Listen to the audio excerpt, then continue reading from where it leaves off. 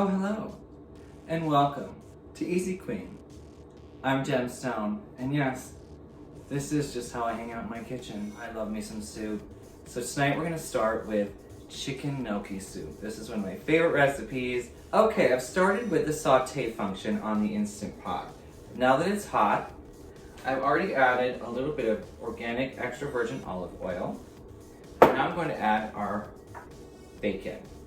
This is about a cup of bacon. Go ahead and throw that in first. A little bit about me. I used to spend my nights for the last 15 or so years, I want to age myself here, performing. And let's see, now a little thing, Corona happened and I was forced home for far, far too long.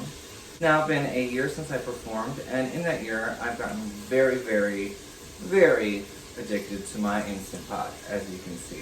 And you know, just when I thought I was ready to retire, I was ready to give it up, I thought to myself, you know what? I love to cook and I still love to get pretty. So here we are, in my kitchen. I hope you all learned something.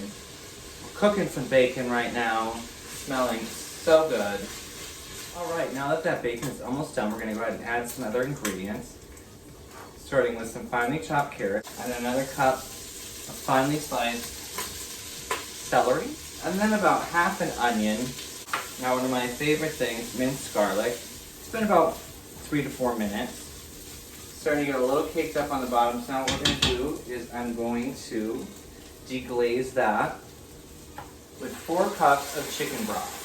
At this time I'm also going to add my seasoning mix. I put ranch seasoning in almost everything. You'll see this in a lot of my recipes, even when it doesn't seem to make sense. It tastes amazing. I hate ranch dressing, love ranch dry seasoning. So there is a tablespoon of this in there. My other favorite thing is all-purpose seasoning, Himalayan pink salt with black pepper and garlic, which is by McCormick. I put this in almost everything as well. Love it. I did a tablespoon of this as well. Also a teaspoon of thyme and rosemary, and then just a half a teaspoon of sage. A little sage goes a long way. Go ahead and put that right in there. Then I have 2 organic chicken breasts. Now I have dried bay leaves. If you can get fresh bay leaves, even better. It's a little cheaper to do it this way, and it's nice to kind of have always just kind of on hand. So I just put a few. Okay, and then we're going to go and press cancel, so it's no longer on saute. And then we're going to go ahead and pressure cook.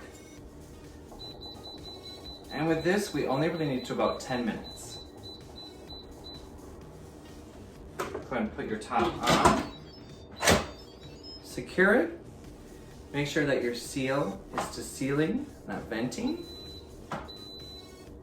It's going to beep at you that it's on. Now, it may take a little bit of time for it to pressurize.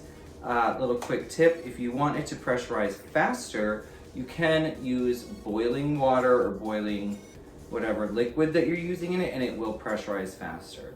So generally it takes up to 10 minutes to pressurize, and then it's going to cook for 10 minutes, and then you can do a quick release if you're in a hurry, and just flip the switch over and let the pressure release. Once the pressure has released, go ahead and open the top.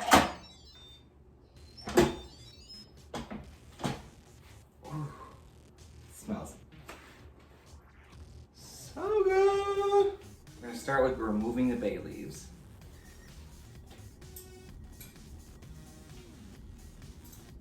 Okay, now that the chicken is shredded, we're going to go ahead and add 1.5 to 2 cups of Parmesan. Okay, now that we've added the Parmesan, we're going to go ahead and add the most important part, the gnocchi. Gnocchi is a potato-based dumpling, if you will. You can get it in the spaghetti aisle, right by the rest of the pasta. We're gonna go ahead and throw all of the gnocchi in.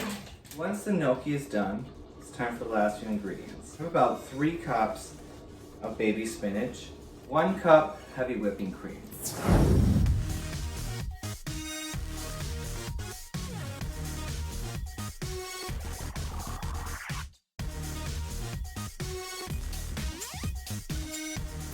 Well, that's it for today. Thanks so much for watching Easy Queen. I'm Gemstone. See you next time.